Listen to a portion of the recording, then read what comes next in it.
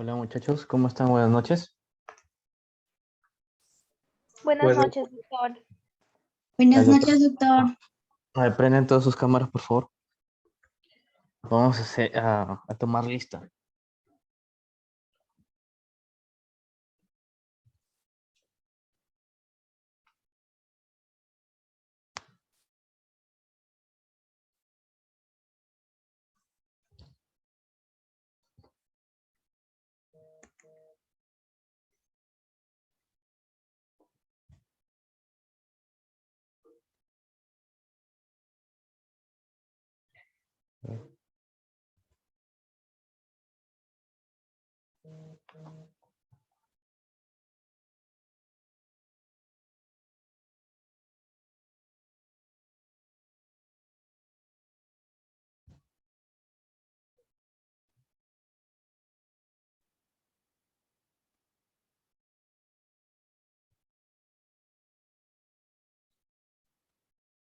Ya. Infante Palacios, Presente, doctor. Buenas noches. Labrín Ruiz, doctor, buenas noches. noches. La Madrid Manchay, Presente, doctor. Buenas noches. La Torre Molina, Presente, doctor. Buenas noches. hola. Leiva González, Presente, doctor. Buenas noches. López Gil, Presente, doctor. Buenas noches. hola. López Suárez, Buenas noches, doctor presente. Mírez González, Mírez González, Doctor, mi compañera tiene problemas de conexión a veces porque vive en Chota, pero sí está en la sala. ya. Doctor, ¿me escucha? Sí, Presente, doctor. Tengo problemas, no le escucho bien, creo que me estaba llamando, ¿no? ya Erika, problema. Montesa Terrones, Presente, doctor. Buenas noches. Morales Olivera, Presente, doctor. Buenas noches. Núñez, Presente, doctor. Buenas noches. Núñez Campo. hola. Pérez Díaz, Presente, doctor, buenas noches. Pérez Loaiza, Presente, doctor. Buenas noches. hola. Bernedo González, Presente, doctor, buenas noches. Brenis Díaz, Presente, doctor. Buenas noches. Bustios Ahumada, Doctor, buenas noches. Presente. buenas noches. Castañeda, Presente, doctor, buenas noches. Eli Castro, Presente, doctor. Buenas noches. Ángela, Presente, doctor. Buenas noches. Camila Chapoñán, Presente, doctor. Buenas noches. Dávila Coronado, Presente, doctor.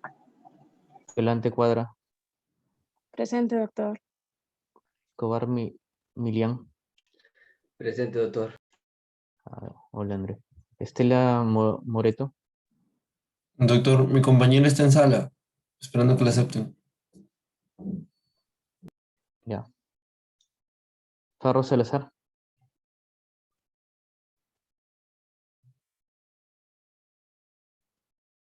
Farro Salazar. ¿Dónde está Juan? Ya. Lazo Benito, Presente, doctor. Buenas noches. Doctor, ¿me llamó a mí? sí, a ti Juan. Aquí estaba, doctor. Listo. A ver, muchachos, yo soy el doctor Giro de Sagua, soy médico internista, no soy gastroenterólogo. El día de hoy vamos a hablar sobre pancreatitis, ¿sí? Supongo que todos han hecho ya Kahoot, ¿o no? ¿Sí? ¿Nunca han hecho Kahoot? Yo sí, doctor, pero no en la U. Allá por tu hermanito, por tu hermanita. Yo lo he hecho por mi hijita. Muy bien, los tres primeros que van, que salgan en el podio de Kahoot van a tener un punto, ¿ya? Entonces, espero que su internet ande bien, pues, ¿no? Sobre todo Adriana, ¿no? Bueno, entonces,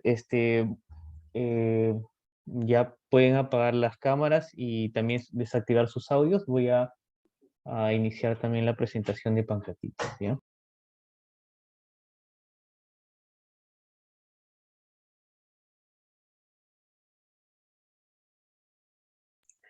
¿Todos ven las diapositivas? Sí, doctor. Ya, muy bien. Perfecto. Entonces, vamos a iniciar el día de hoy la exposición sobre pancreatitis. ¿Me escuchan bien, verdad? Sí, doctor, sí se lo escucha. Sí, doctor. Como una pequeña introducción, diremos que actualmente la pancreatitis es una de las patologías gastrointestinales que más requiere hospitalización, ¿no? Observamos que en Estados Unidos presenta una incidencia de 13 a 45 por cada 100.000 personas. En Brasil, en el año 2006, su incidencia era de 15,9 cada 100.000 habitantes, y en el Perú hay un estudio, pero del 2009, donde su incidencia era de 28 cada 100.000 habitantes. Entonces, para hablar de definición, Carla Infante, ¿qué es la pancreatitis? Sí, doctor. Bueno, la pancreatitis se puede definir como una inflamación del páncreas, que es una glándula, y va a causar que hay una disfunción de esta glándula y su disfunción va a ser tanto, puede ser temporal o permanente. Muy bien, entonces es la inflamación de la glándula pancreática con o sin disfunción temporal o permanente de la misma, ¿verdad? Entonces, tenemos varias etiologías, ¿no? ¿Cuáles, dentro de las etiologías que tú sabes, Nelly, cuáles son las causas más frecuentes?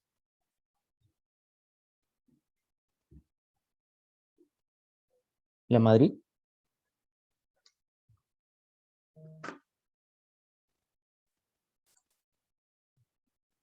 Ya, María Lazo.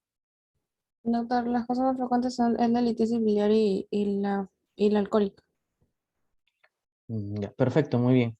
Uno de los aspectos a destacar de la pancreatitis aguda es la etiología, ¿no? Hasta el 75-85%, dependiendo de la bibliografía que van a revisar, ¿no? Se logra identificar una causa.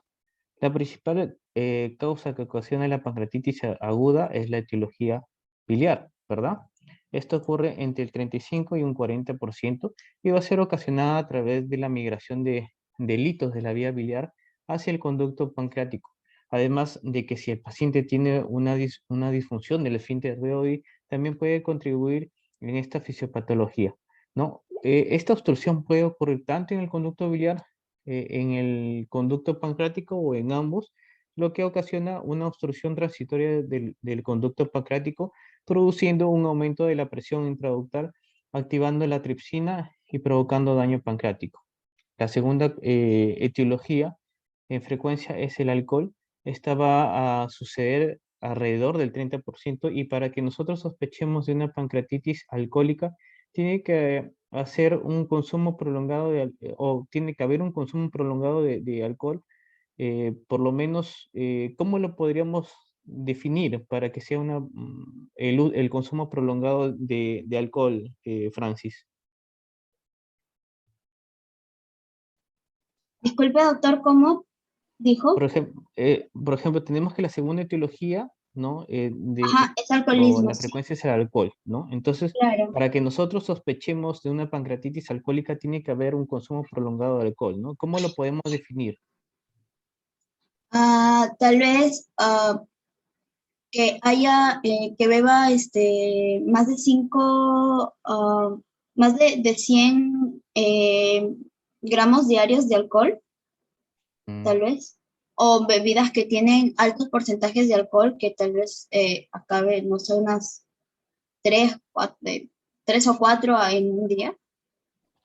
Yoseli Pérez. O- Sí, doctor. Había leído que el primer episodio de pancreatitis aguda se iba a dar al menos 5 años después del consumo abusivo de alcohol, ¿no? Pero generalmente la pancreatitis va a aparecer después de 10 a 20 años de ingesta continuada. Había leído, doctor. Exacto, más o menos, ¿no? Bueno, lo vamos a definir como más de 5 bebidas al día o mayor de 80 gramos por día por más de 5 años, ¿no? Si no cumple con esas características, va a ser muy poco probable de que sea esta etiología, ¿no? En la mayoría de los casos realmente no es una pancreatitis aguda de nuevo, sino que es una pancreatitis crónica que se presenta como una pancreatitis aguda, ¿no? Hay varios mecanismos, principalmente son dos, ¿no? Por toxicidad directa, la cual va a producir un daño tisular y liberación de las enzimas pancreáticas, y por el otro lado tenemos por estimulación, donde el etanol va a actuar directamente sobre las células a través del receptor de la colicistoquinina, permitiendo su activación y propiciando la secreción de las enzimas pancreáticas. Tenemos todos este tipo de etiologías, y dentro de estas etiologías frecuentes que menciona la literatura tenemos la idiopática. Entonces, en cuanto a la fisiopato, al ser una inflamación del páncreas, tenemos que recordar en un contexto muy general que el páncreas tiene dos funciones. Una endocrina, ya caracterizada por los islotes donde va a predominar las células beta, que son las encargadas de producir insulina, y una función exocrina, que va a estar compuesta por los acinos y se encarga de liberar las enzimas pancreáticas. Esta función exocrina principalmente nos vamos a centrar, de acuerdo a la fisiopato de la pancreatitis, sobre la conversión de tripsinógeno a tripsina. Hay que recordar que se excreta tripsinógeno, que es la forma inactivada y que posteriormente se va a activar por medio de la enteroquinasa tripsina, y para evitar que se active la tripsina dentro de la célula pancreática, ya existen mecanismos protectores. Dentro de estos mecanismos protectores encontramos la síntesis de su forma inactivada. También existe autólisis de la tripsina activada, una síntesis de un inhibidor específico de la tripsina que se conoce como SPIC1, y disminución de concentraciones de calcio ionizado, el cual promueve que los hemógenos se reviertan, ¿no? Entonces, esos mecanismos son los encargados de proteger de una pancreatitis, pero cuando existe una falla de estos mecanismos protectores que se produce, la pancreatitis, ¿no? Aparte de que existe una activación de la tripsina, secundariamente hay una activación de otras enzimas, ¿ya? Como la elastasa y la fosfolipasa 2. Estas dos, junto con la tripsina, van a causar mayor daño tisular en las células pancreáticas, activando las vías de complemento, lo que promueve la migración de células inflamatorias como los neutrófilos, los linfocitos y todo esto, y van a producir secreción de mediadores proinflamatorios. Ya se los conocen de memoria de ustedes, ¿no? La interleucina 1, 6, 8 y factores de necrosis tumoral. Estos mediadores van a propiciar a que exista una activación endotelial, ya produciendo vasodilatación y promoviendo el paso de células inflamatorias a través de las células endoteliales por el fenómeno que ustedes ya conocen, que se llama diapédisis, ¿no? Produciendo un proceso continuo y ocasiona el daño celular, ¿no? El daño pancreático. También hay que recordar que la severidad de la pancreatitis se encuentra relacionada con el daño sinar y activación celular y endotelial. Bueno, en cuanto al diagnóstico, ¿qué me puedes decir, Cristi? Bueno, doctor, para el diagnóstico debemos tener en cuenta la clínica, también debemos tener en cuenta los hallazgos de laboratorio, y algo importante también son los hallazgos imaginológicos. Perfecto, ¿no? Entonces, los criterios diagnósticos no han variado en los últimos años, ¿no? ¿Cuáles son? Doctores, 3 cosas para hacer diagnóstico de pancreatitis: clínico, laboratorial e imaginológico. Lo clínico, el dolor abdominal en faja y en cinturón solo hay en un 50% de pacientes. Lo demás es dolor abdominal difuso. Segundo, lo laboratorial, amilasa y lipasa, ¿no? Pueden estar elevados, pero siempre esto, más de 3 veces el límite superior normal. Ya, esto es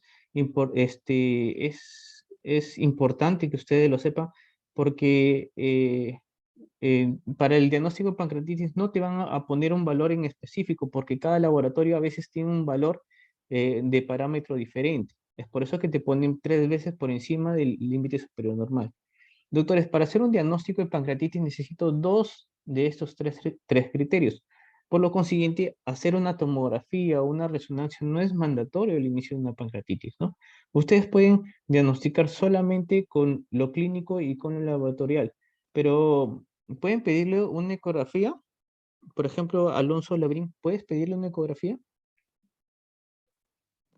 Según tengo entendido, doctor, la ecografía no es un método imagenológico para diagnosticar enfermedades del páncreas. Claro, perfecto, pero ¿le pedirías? No. Bueno, entonces la ecografía, a ver, Adriana. Sí, doctor, usualmente para hacer el diagnóstico ya se toma solamente la sintomatología laboratorial, pero sí se podría pedir, una ecografía para ver la etiología de la pancreatitis. Excelente, ¿no? Entonces, la pregunta es, ¿se puede pedir una ecografía? Sí. ¿Pero para qué? Básicamente para ver si hay cálculos en la vesícula o si hay coledocolitiasis, porque la ecografía usualmente no ve el páncreas, ¿verdad? Lo puede ver cuando ya está muy inflamado, pero usualmente hay interposición de asas, porque es un órgano retroperitoneal. Y entonces, por eso la ecografía no es un método diagnóstico de pancreatitis. También tenemos la historia clínica, ¿no? Donde la literatura menciona también el signo de Collins de Gray-Turner, ¿no? Para una pancreatitis necrótica hemorrágica con un mal pronóstico. Y también siempre preguntar antecedentes personales, como si han tenido ya pancreatitis aguda previa, o litiasis biliar, alcoholismo, fármaco, hiperlipidemia, ¿no? Traumas, sobre todo en niños, ¿no? O algún procedimiento invasivo. Bueno, en cuanto a los exámenes de laboratorio, bueno, según la literatura se debe realizar una valoración integral, ¿no? Hematología completa, panel metabólico, lipasa, amilasa, LDH, calcio, magnesio, gases arteriales, ¿no? ¿Qué es más importante, muchachos? ¿Pedir una amilasa o una lipasa? A ver, Henry Montesa. Doctor, disculpe, ¿me puede repetir su pregunta? ¿Y qué es más importante, pedir una amilasa o una lipasa? Amilasas, es más sensible si no me equivoco. Entonces, lo principal es una amilasa, ¿no? Porque la amilasa no es que sea más sensible, sino que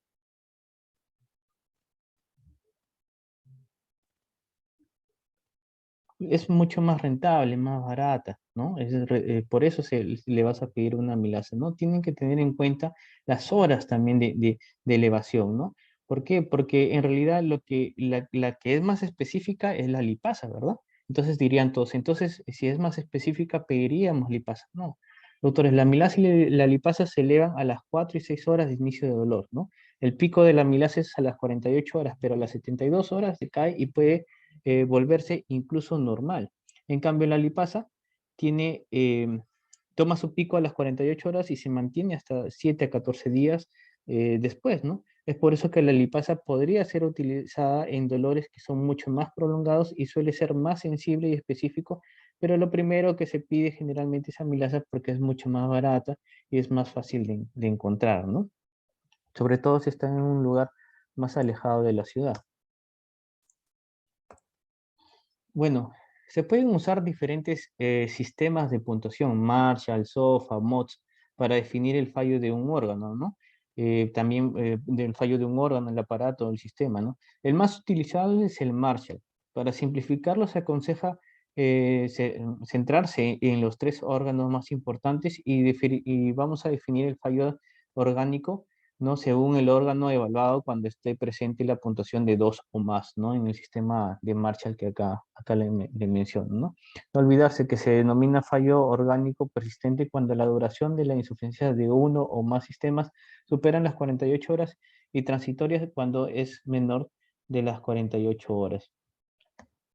A ver, cuando la pancreatitis está en las primeras 4 semanas y solo hay edema, se llama colección aguda, se llama colección necrótica aguda. O sea, la única diferencia disculpen, ¿no? Entonces, en las primeras 4 semanas, si solo hay edema, se llama colección aguda peripancreática.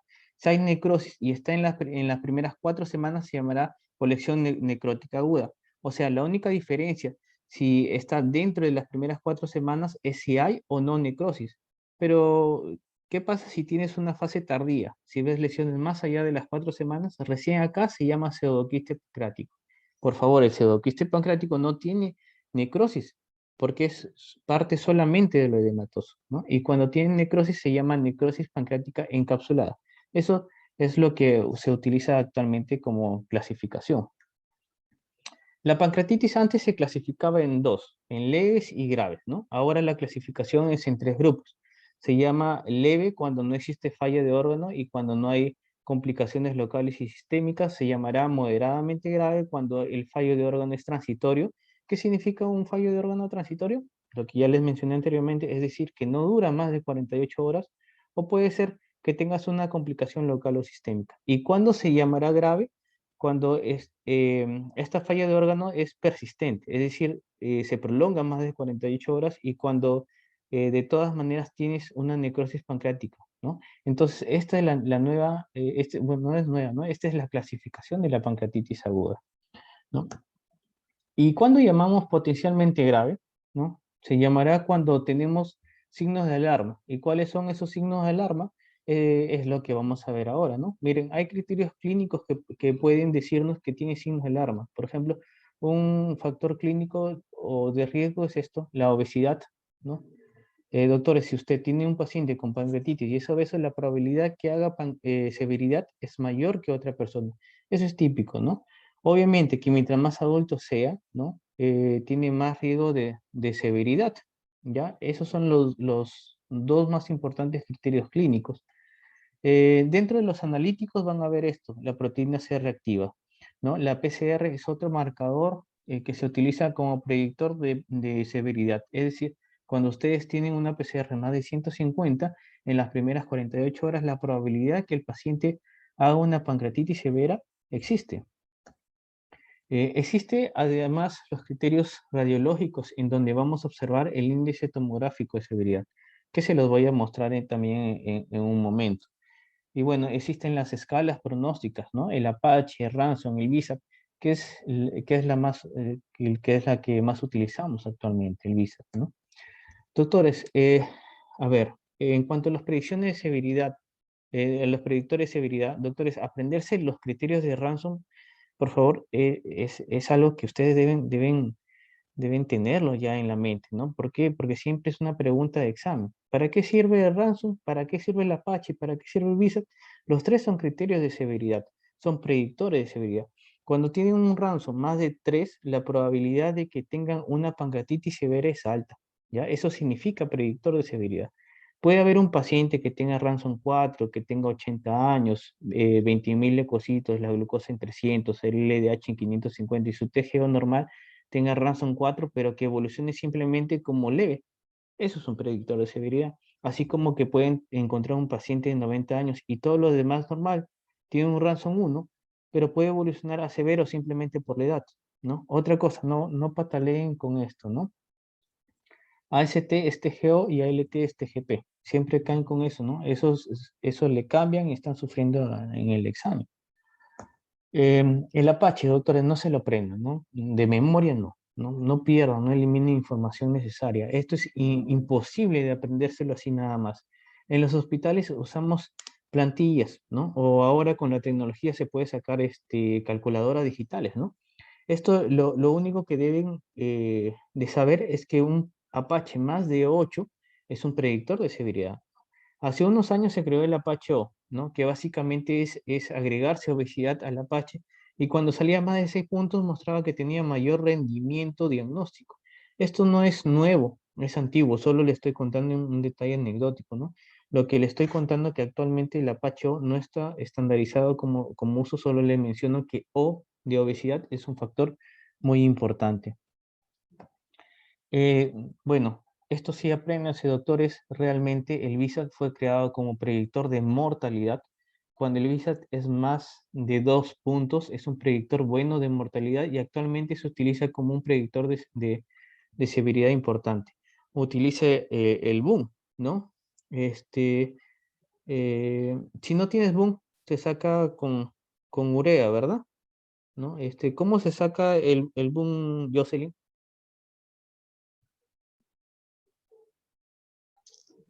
¿Cómo dice, doctor? No le escuché. ¿Cómo se saca el boom? Ah, el boom es en razón de la urea, doctor. Ya, pero ¿cómo?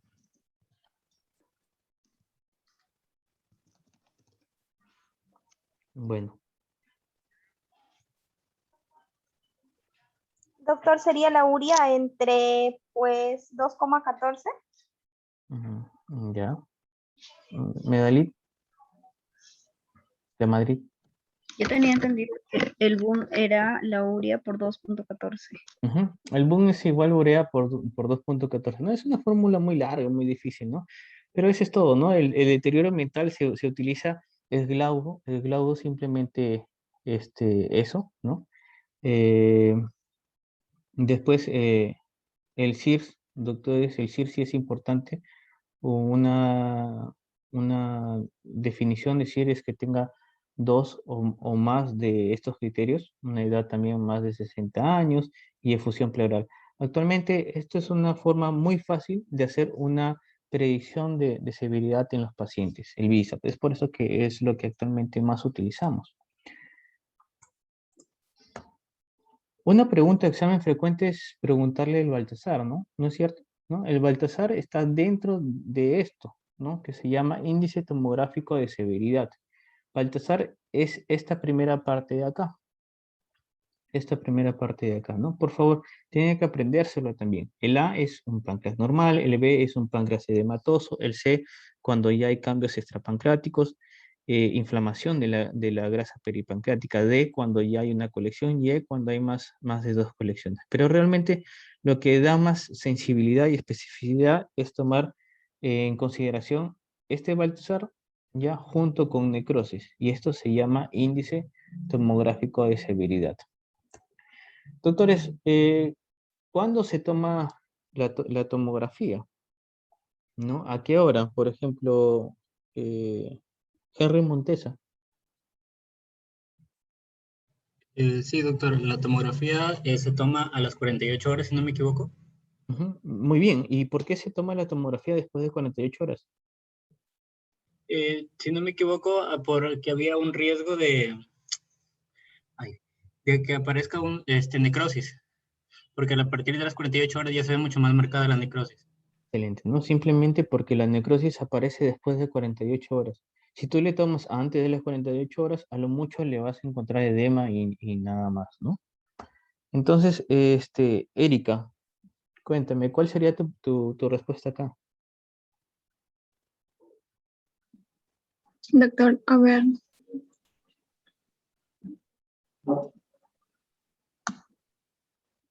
La D. Muy bien, es la única, ¿no? Hay de más de 10 puntos porcentuales de hematocrito. Perfecto, porque son en las 48 horas, ¿no? Eso ya se lo deben haber aprendido. Y acá, Sheila, ¿cuál sería tu respuesta?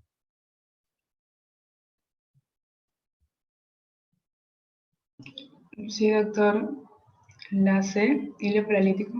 Claro, es la complicación más frecuente de la pancreatitis aguda. Perfecto. Entonces, llegamos a la parte del tratamiento. Para el tratamiento, ¿ustedes qué dicen? ¿Con qué inician, Frank? ¿Con qué inicias para el tratamiento?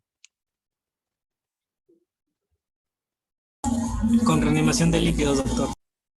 Perfecto, ¿no? Doctores, la hipovolemia no solo compromete la microcirculación, ¿no? La microcirculación esplácnica, perpetúa el CIRS y con él el desarrollo de la disfunción multiorgánica y la muerte, ¿no?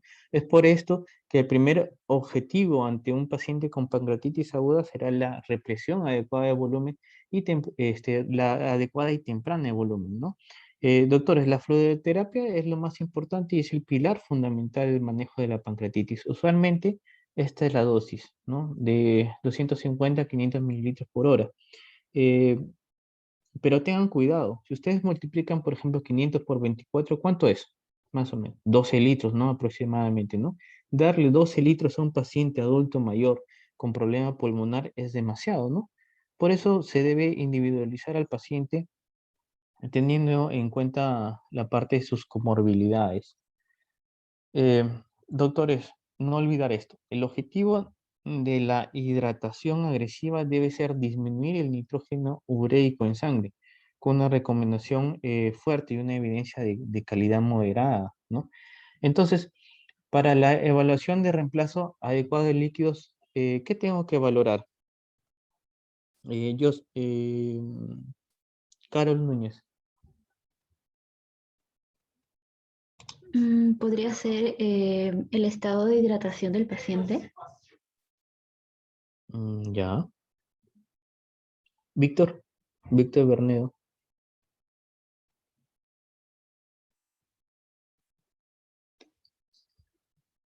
Víctor, ¿me escuchas?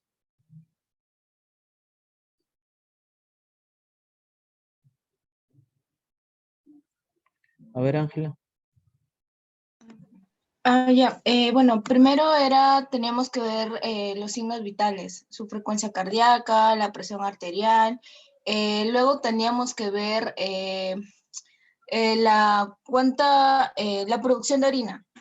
Y bueno, y como el objetivo de lo que es la reposición de líquidos es bajar lo que es los productos nitrogenados, tenemos que ver lo que es la reducción de la uremia. Muy bien, perfecto, ¿no? Entonces, lo que principalmente tenemos que valorar son los signos vitales, la producción de orina y la reducción del BU, ¿no? Simple, ¿no? No olvidarse la fórmula del BU, ¿no?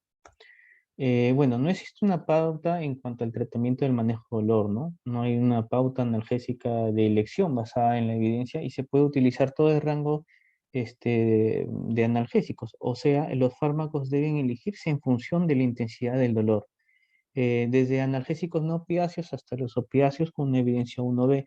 Otra pregunta de la época de la pera, ¿no? Era ¿por qué no se debía utilizar morfina? ¿No? ¿Cierto? ¿No? Mencionaba. Porque, no sé, porque mencionaban que podía producir contracción del esfínter de Oddi, pero ahora no es así, ¿no? Acá en el Perú lo que más se utiliza es petidina, tramadol, pero se puede utilizar desde metamizol, ¿no? Si es que ustedes tienen metamizol, le pueden dar. En otros países utilizan el fentanilo, sobre todo el fentanilo en parche, y les va muy bien, pero bueno, acá en el Perú no tenemos. Doctores, en pancreatitis ya saben todo, ¿no? O principalmente cuando el paciente recién llega. Francis, ¿quieres preguntar algo? Sí, doctor, disculpe, tengo una pregunta. O sea, ya, por ejemplo, cuando un paciente llegara, o una paciente llegara con pancreatitis aguda, o bueno, en general, quería hacer una pregunta más en general porque usted me dijo internista. Bueno, cuando llegan pacientes que ya son adultos mayores y ya tienen una función renal disminuida y justo traen o están con alguna enfermedad así, que justamente genera fallo orgánico, ¿no? Entonces, como que ya cardiovascular y también renal están como que, aparte de la edad, porque ya están un poco mediados por la edad, con la enfermedad actual están como que, por así decirlo, peor. ¿Cómo evitar que se dematicen cuando los hidratamos? Porque yo he visto, bueno, por experiencia propia y también, bueno, sé de algunos casos que, o sea, hidratan a los viejitos así. O sea, me imagino que es con buena intención, ¿no? De mantenerlos hidratados y todo eso, pero se edematizan. ¿Cómo evitar que pase eso? ¿O qué se podría hacer? En realidad, en cuanto a la hidratación del adulto mayor, tienes que tener en cuenta muchas cosas, ¿no? Uno, la edad, y dos, es la función renal, ¿no? ¿Por qué primero la edad? Porque en cuanto a la edad, tienen que ver principalmente que al llegar a cierta edad, ya llegaron con algún tipo de enfermedad ya diagnosticada, ¿no? Por ejemplo, la hipertensión, ¿no? Y desde cuándo tiene hipertensión, a ver si hay algún daño cardíaco, ¿no? Principalmente eso. Y dos es la parte renal. Uno que también ya en adulto mayor llegó posiblemente ya con una falla renal, pero algunos tienen un diagnóstico de enfermedad renal anterior a ser adulto mayor, ¿no? Entonces, dependiendo de la parte cardíaca y de la parte renal, ustedes tienen que ver cuánto hidratar a tu paciente, ¿no? Normalmente, ¿cuánto debe ser la hidratación normal, Camila? Doctor, ¿puede repetir su pregunta, por favor? ¿Y No lo escuché. cuánto debe ser la hidratación normal en un paciente? Bueno, usted mencionó que, bueno, cuando se da la fluidoterapia, se le puede dar el cloruro de sodio de 0,9% por 1000 centímetros cúbicos, dándole 250 centímetros cúbicos por hora en 24 horas, siendo 6 litros. ¿A eso se a ver. refiere o a qué se No, refería? ¿cuánto es lo normal? O sea, ¿cuántos litros al día le puedes dar a un paciente? Ya. Entonces, se le puede dar de 250 a 500 mililitros por hora. ¿A eso, No, doctor? esa es la hidratación de la pancreatitis. Un paciente normal, o bueno, la hidratación habitual de un paciente debe ser en 2000 a 2500 litros. Que digo mililitros, ya, o sea, alrededor de 2 litros a 2 litros y medio por día. Entonces tú tienes que evaluar la parte de un adulto mayor. Si es que el adulto mayor está deshidratado o no, ¿no? Podrías darles solo sus valores o su requerimiento normal, que es 2 litros por lo menos. Ahora, si es que está deshidratado y no tiene falla renal, podrías aumentarle un poquito más, ¿no?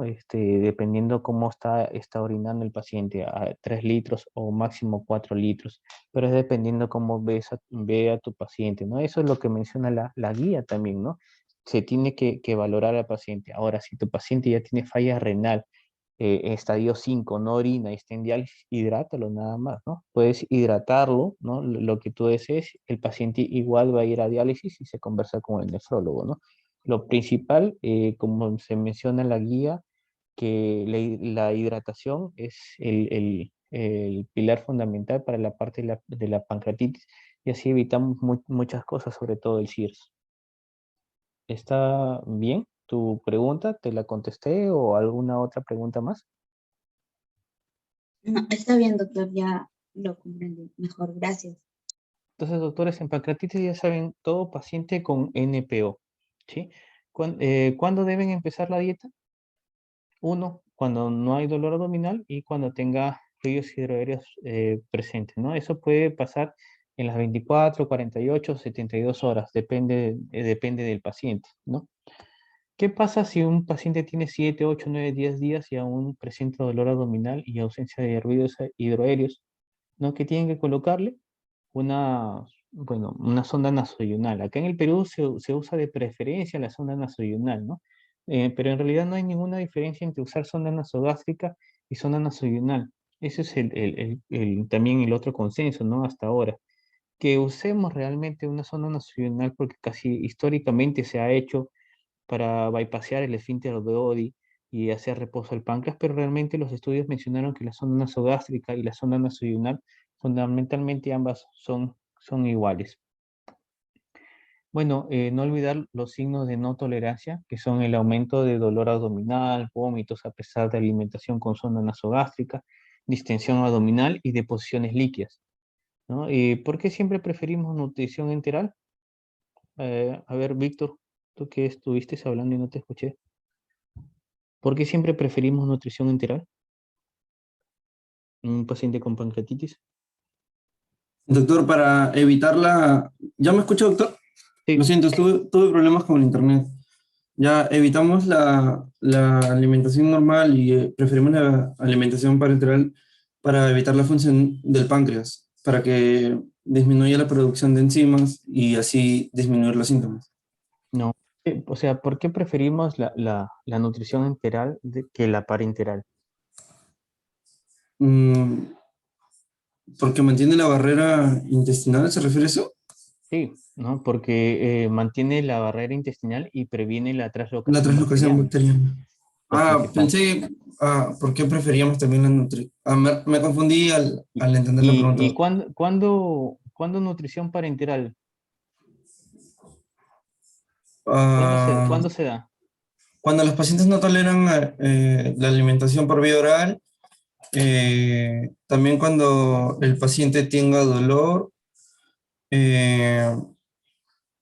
cuando no hay tiene vómitos y náuseas y vómitos, y cuando no existan y las diarreas, si no me equivoco. Bueno, ¿cuándo damos nutrición parenteral? De preferencia nunca, ¿no?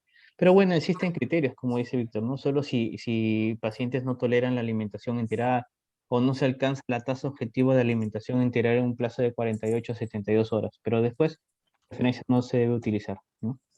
Entonces, ¿se hace CEPRE en pancreatitis? Maxi, CEPRE en pancreatitis, ¿se hace? Doctor, disculpe, no lo escuché, mi internet está lento. ¿CEPRE se hace en pancreatitis? Me parece que no es necesario. Ya. Bueno, sí se hace, ¿no? Solo cuando es pancreatitis biliar grave, ¿no? Asociada con largitis, pero después no es necesario. Pregunta de examen. A ver, Juan. ¿La profilaxis antibiótica para pancreatitis sirve?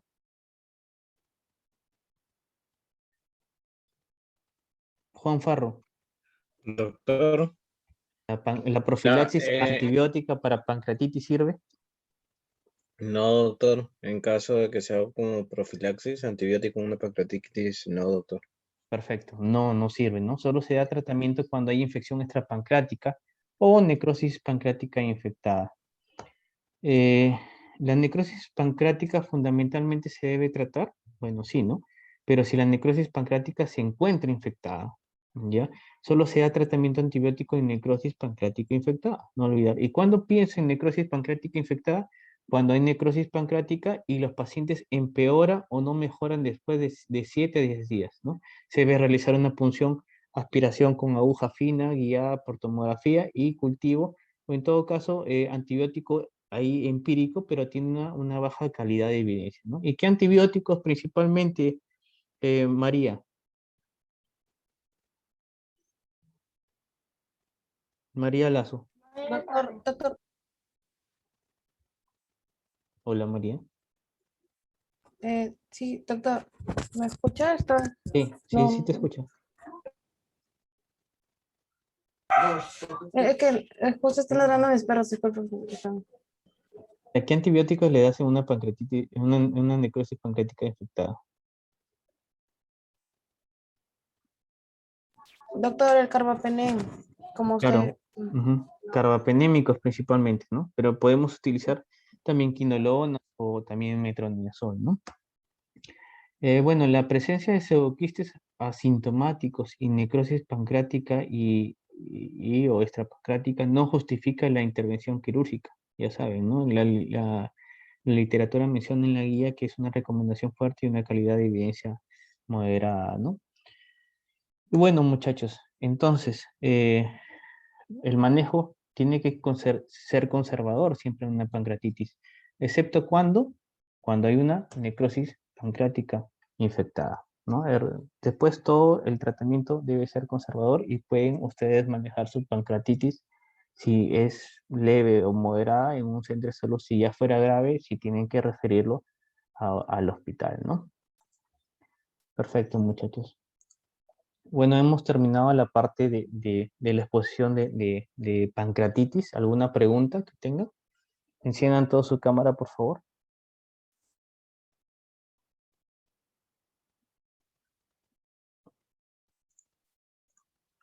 A ver, ¿alguna pregunta, muchachos?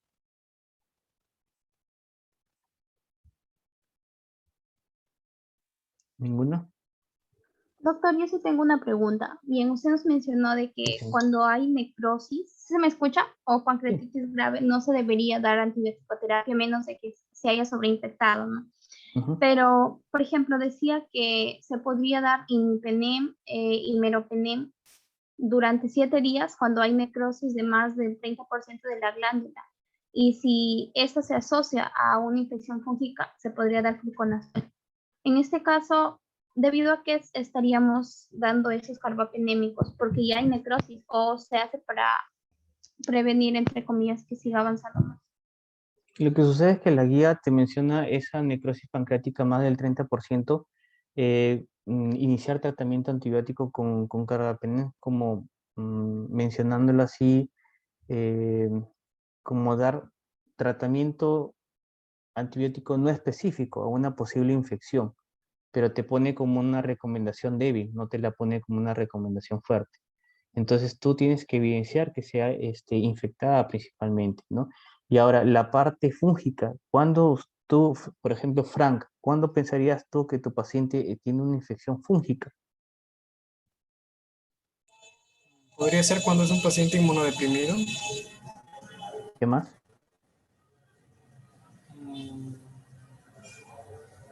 No sabría decirlo más. Ya. A ver, Carla Infante. Doctor, lo mismo de mi compañero, no sé otra causa, solamente inmunodeprimido. Ya, a ver, Adriana. Adriana ya se va a dormir, creo. No, doctor, no sé. Ya, Ángel, a ver. Bueno, no estoy seguro, doctor, tal vez laboratorialmente si hay presencia de inmunoglobulina E o eosinofilia, puede ser. ¿Tú pensarías en un paciente con un problema fúngico? Uno, si es, como dijo Frank, inmunodeprimido, y dos, ha recibido tratamiento antibiótico de amplio espectro por mucho tiempo, ¿no? ¿En qué pacientes, por ejemplo? En los pacientes que han estado en UCI. Entonces, ahí recién, por ejemplo, Jocelyn, ahí si tú lo relacionas con la parte fúngica también, estos pacientes que han estado en música, recibido tratamiento antibiótico, es decir, tienen una pancreatitis grave o severa, ¿no? Ahí recién pensarías tal vez en dar tratamiento antibiótico. ¿Por qué? Porque tu paciente está yendo mal, ¿no? Como menciona la literatura. Si tu paciente está, la evidencia es una necrosis pancreática y tu paciente está tranquilo, no va mal, no es necesario iniciar tratamiento antibiótico. ¿Sí? Muy bien. ¿Alguna otra pregunta? Doctor, una pregunta. En los criterios de Ransom, hay uno que dice que secuestro de fluidos mayor de 600 mililitros, ¿no? ¿Cómo se mide ese secuestro de fluidos? ¿Cómo? No te escuché. No te escuché, Fran, disculpa. Uno de los criterios de Ransom dice que, bueno, tiene que haber un secuestro de fluidos mayor de 6.000 mililitros. Mi pregunta es, ¿cómo se mide ese Ah, secuestro? claro. Ya, lo que sucede es que, a ver, ¿alguien sabe la respuesta de la pregunta de Frank? ¿Nadie? Aquí llamamos secuestro de fluidos, muchachos.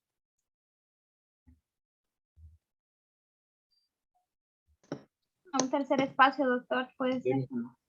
Perfecto, cuando hay tercer espacio. ¿Y dónde habría secuestro de fluidos en un tercer espacio? ¿Dónde? Si hablamos de pancreatitis. Peritoneo. La cavidad peritoneal. En el abdomen, ¿no? Entonces, normalmente te menciona, bueno, ¿y en dónde más?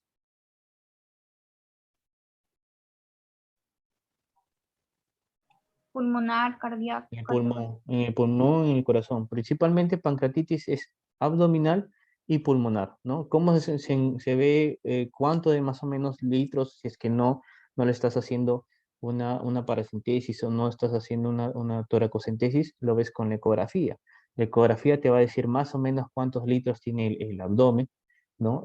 Cuánto de mililitros tal vez tiene el pulmón, y todo eso sumando a veces sale más de 6 litros, ¿no? Y lo ponen como criterio de Ransom, evaluando más o menos el secuestro de fluidos. ¿Ya? ¿Está bien, Fran? Sí, doctor, gracias. ¿Alguna otra pregunta? Doctor, disculpe si yo, Francis, tengo una Hola. pregunta. Había leído algo de tipo necrosis amurallada, o sea, que tipo se podía hacer cirugía cuando había como que una necrosis infectada, ya como que muy complicada, algo así, pero que se tenía que hacer como una necrosis amurallada, no sé a qué se refiere. O sea, solo lo leí, pero no entendí bien qué. ¿Alguien que quiere responder la pregunta de Francis?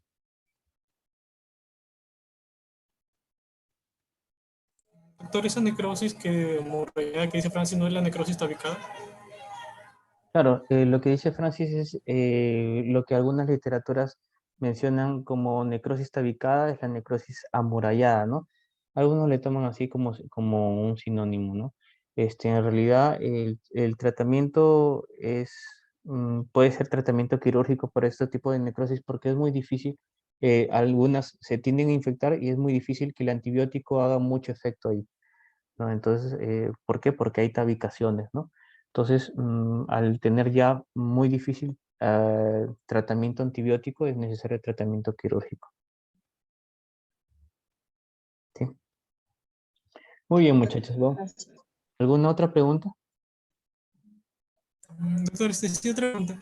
Me acuerdo que una vez, bueno, el año pasado creo que fue, vimos un caso de pancreatitis y donde el paciente tenía, bueno, el dolor no de la pancreatitis, pero que cedía cuando él flexionaba los músculos, los muslos al abdomen. ¿Esto es algo característico o no? A ver, ¿alguien que quiera responderle, Frank?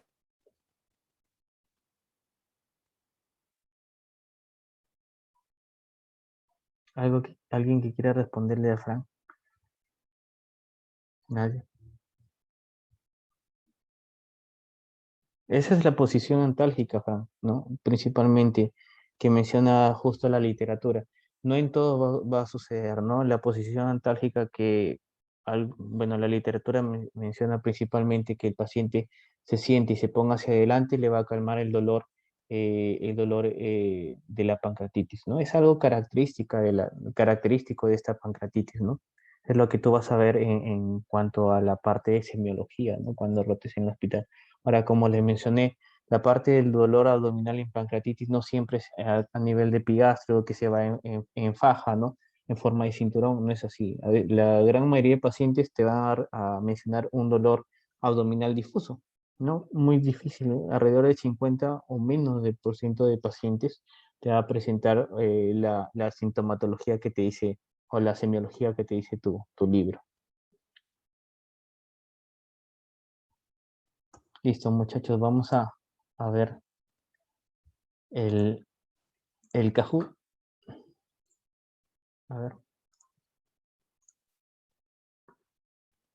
Sí saben ingresar, ¿verdad? ¿No nos tenía que dar un código?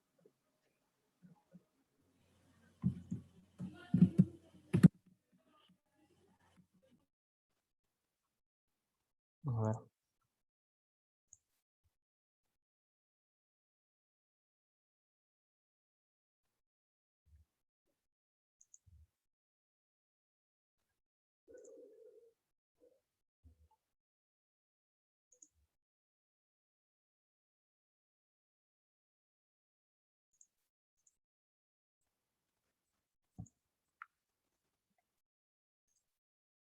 ¿Tienen bien su internet?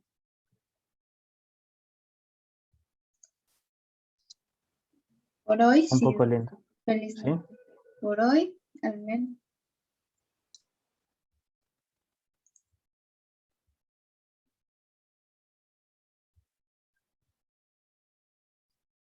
Bueno, mi internet sí está lento. A ver.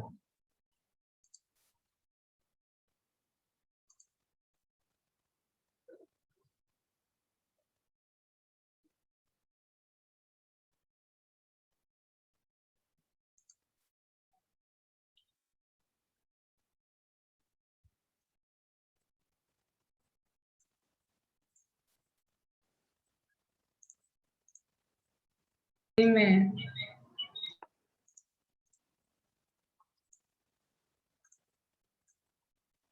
Ya, ahí está el código, muchachos. Lo ponen sin espacio. Doctor, qué pongo en internet? No he jugado nunca eso. No nos ¿Nunca tiene que jugaste? pasar el link, creo, doctor. No, entran acá, kahoot.it y ponen ese código, por favor. A ver.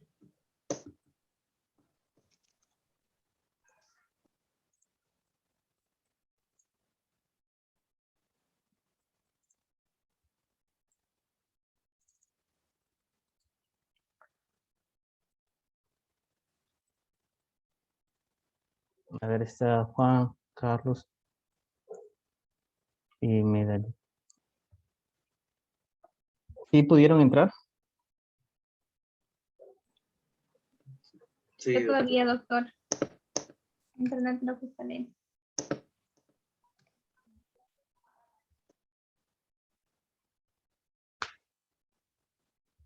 Me avisan cuando ya están todos, por favor. A ver.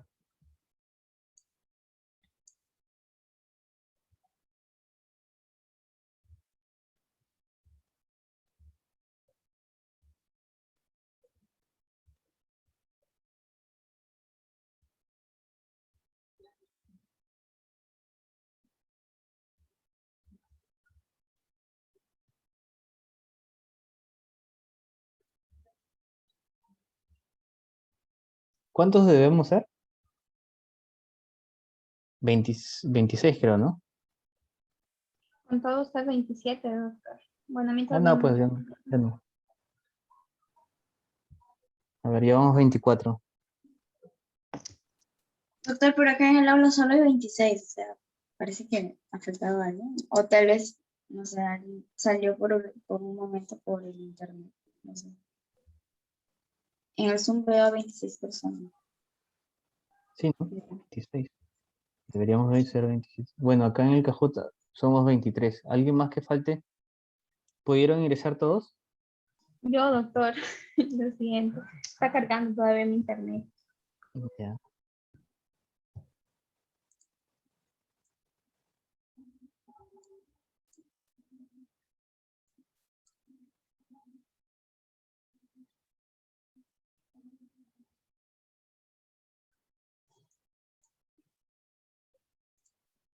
Sí, pueden ver todas la pantalla, ¿verdad?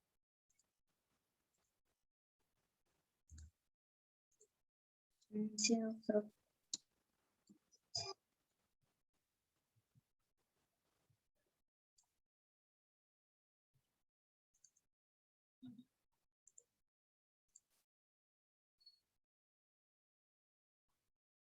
Bueno, ¿ya pudieron Doctor, ingresar un todos? compañero dice que le sale que está dentro del juego, pero que no, él no aparece aquí en la pantalla que usted está compartiendo.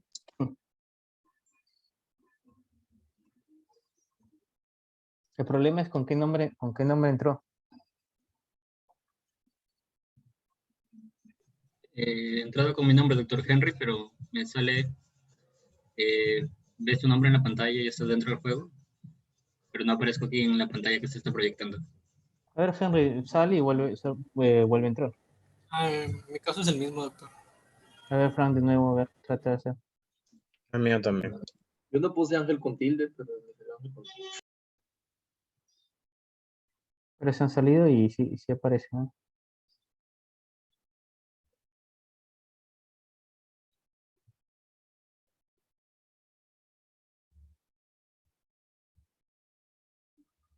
Pero sí se han salido y sí han disminuido los números, ¿ah?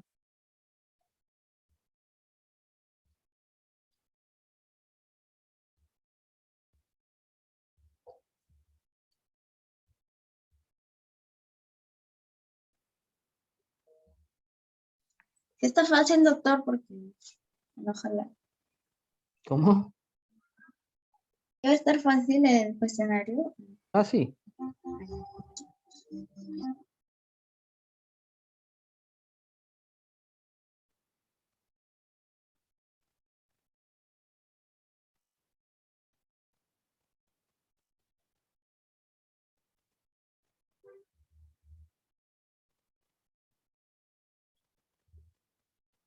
Frank, ¿pudiste entrar? Sí, ¿no?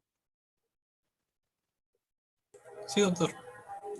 Ya, perfecto. Ya pudieron todos entonces, ¿verdad? Doctor, yo todavía no, pero ya, pues. De verdad, yo sí. Sí, doctor, no Pero es ¿por por qué mí. es? Tengo, El Kahoot, tengo el esa mi Kahoot es súper rápido. capturita que no me deja esperar. A ver, voy a conectarme otra vez.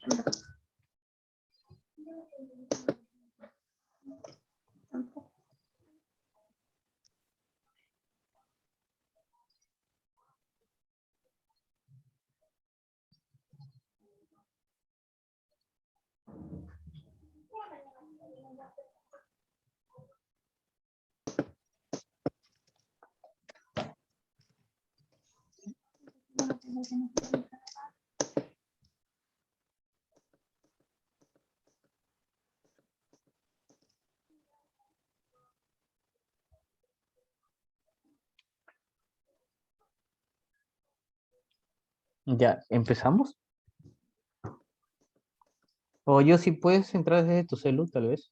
O estás Sí, desde tu acá celu. estoy, doctor. Acá estoy desde mi celular también, pero no carga, no sé por qué. Ya. A ver, Jessie, no importa. Vamos a empezar, ¿ya? A ver, muchachos. Yo les mando la respuesta por el chat, doctor, personal. Ya. Para pancreatitis aguda en las primeras 48 horas, ¿cuál de los siguientes criterios de Ransom son de predicción de severidad? Tienen que ver las dos pantallas, ¿ah? Tienen que ver la pantalla que yo, No me yo sale estoy... nada. Tienen que poner la pantalla que estoy yo compartiendo y en su celular solo le va a aparecer colores. Muy bien. Bueno, Andrea va primero. ¿Hay tiempo para marcar esto? Así es. Doctor, no Ay, sé. ay, ay. La segunda pregunta. El signo de Gray Turner en una pancreatitis hemorrágica, la lesión equimótica se observa en la roja es flancos, la azul es epigastrio, la amarilla es hipogastrio y la verde es fosiliaca.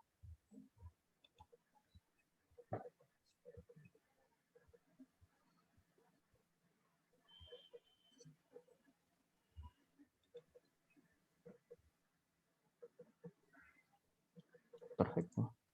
A ver. Andrea sigue, Sheila subió y también Alonso y Cintia. Perfecto. ¿Verdadero o falso? Para el diagnóstico de pancreatitis aguda es solo necesario tener 2 criterios de 3. ¿Verdadero o falso? Mientras más rápido marca, más más puntaje tienen, ¿no? Doctor, no se vale porque no explicó cómo era el juego. Ángel, eso lo hace hasta mi hijita de 7 años, Ángel. Me agarró dormido. Ya, muy bien, perfecto. De Ángela, ¿no? Muy bien.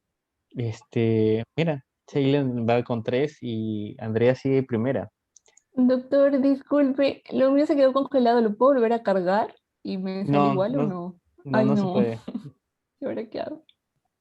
El principal tratamiento de pancreatitis es rojo, hidratación, azul, NPO, amarillo, antibiótico terapia y verde, antiflatulentos.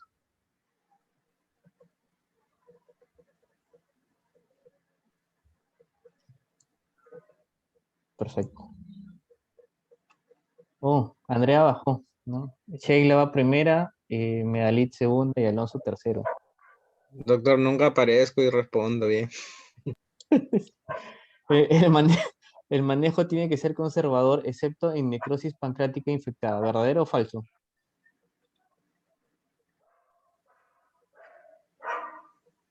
Al parecer, si tienes más puntos y respondes como que más rápido, ¿verdad?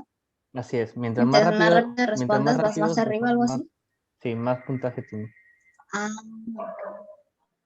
Perfecto. Sheila va primera. La última. Está recomendada la antibioticoterapia profiláctica.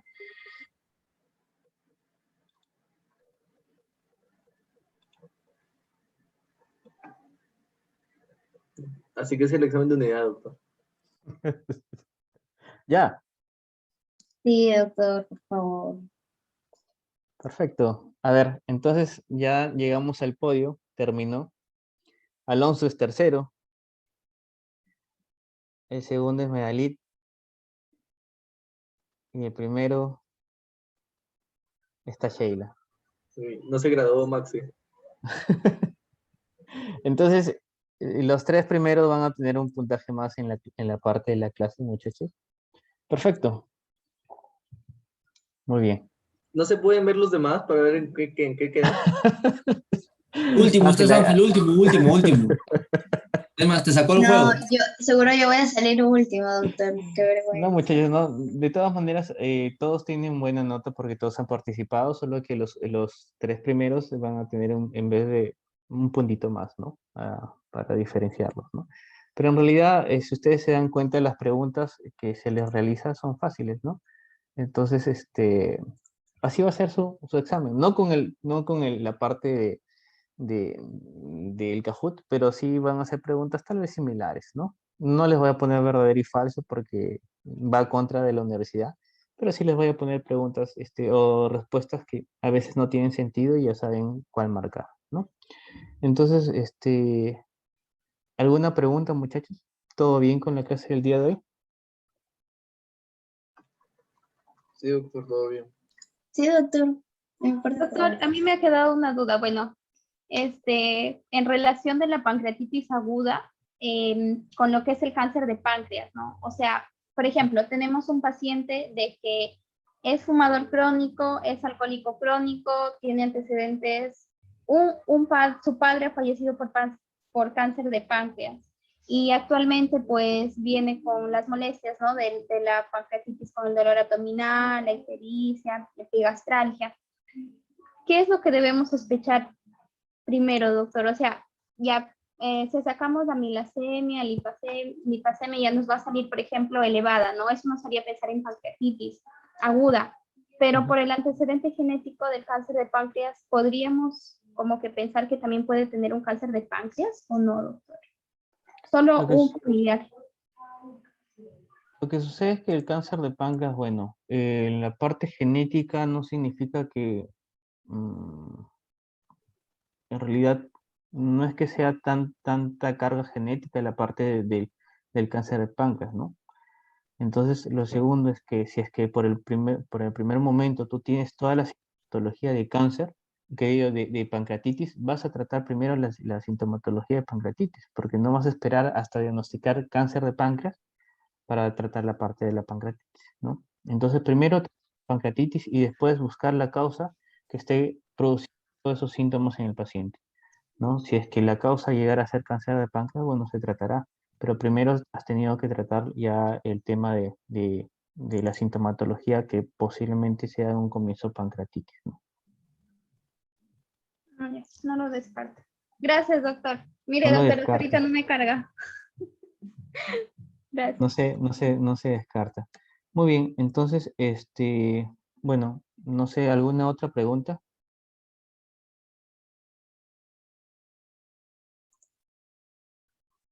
¿Ninguna? De mi parte no, doctor. Muchas gracias. Muy bien. Entonces, muchachos, la otra clase nos toca enfermedad diverticular. ¿Sí les gustó el Kahoot o un poco fastidioso? No, doctor, está bien. Para poner Está amena la bien, noche. doctor. Sí, doctor, nos pone 20. Pero no sabía que era con tiempo, doctor. Al menos ya Aprendimos a sabemos jugarlo, doctor. cómo se juega, doctor. Ajá, Ya para la sí. próxima Ya estamos no más nos preparados. dejamos en la próxima. Sí. Para la próxima Listo. mejoro mi internet, doctor. Para Listo, la próxima muchachos. venimos preparados. Cuídense Nuestra convocada es bastante. Maxi, Entonces, doctor. La doctora la Bustidos. Nuestro 9.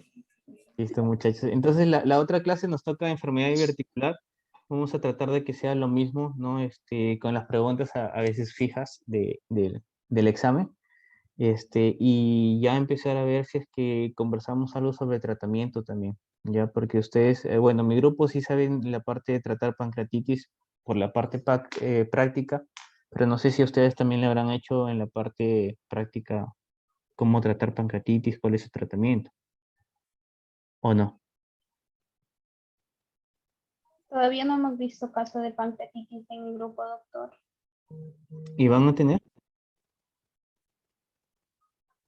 Es que no, bueno, no nos dicen en sí de los casos cuál es el diagnóstico, ¿no? Pero ahorita estamos, por ejemplo, en un caso de úlcera péptica y no, todavía no hemos hecho pancreatitis. Listo. Entonces, después, la siguiente clase vamos a tratar sobre enfermedad diverticular y me mencionan a ver si ya llevaron pancreatitis y si ya hicieron el tratamiento. Si es que no, lo tratamos ese mismo día de enfermedad diverticular, ¿sí? Sí, doctor. Gracias. Listo. Cuídense bastante, muchachos. Ya nos vemos. Hasta luego, doctor. Buenas noches.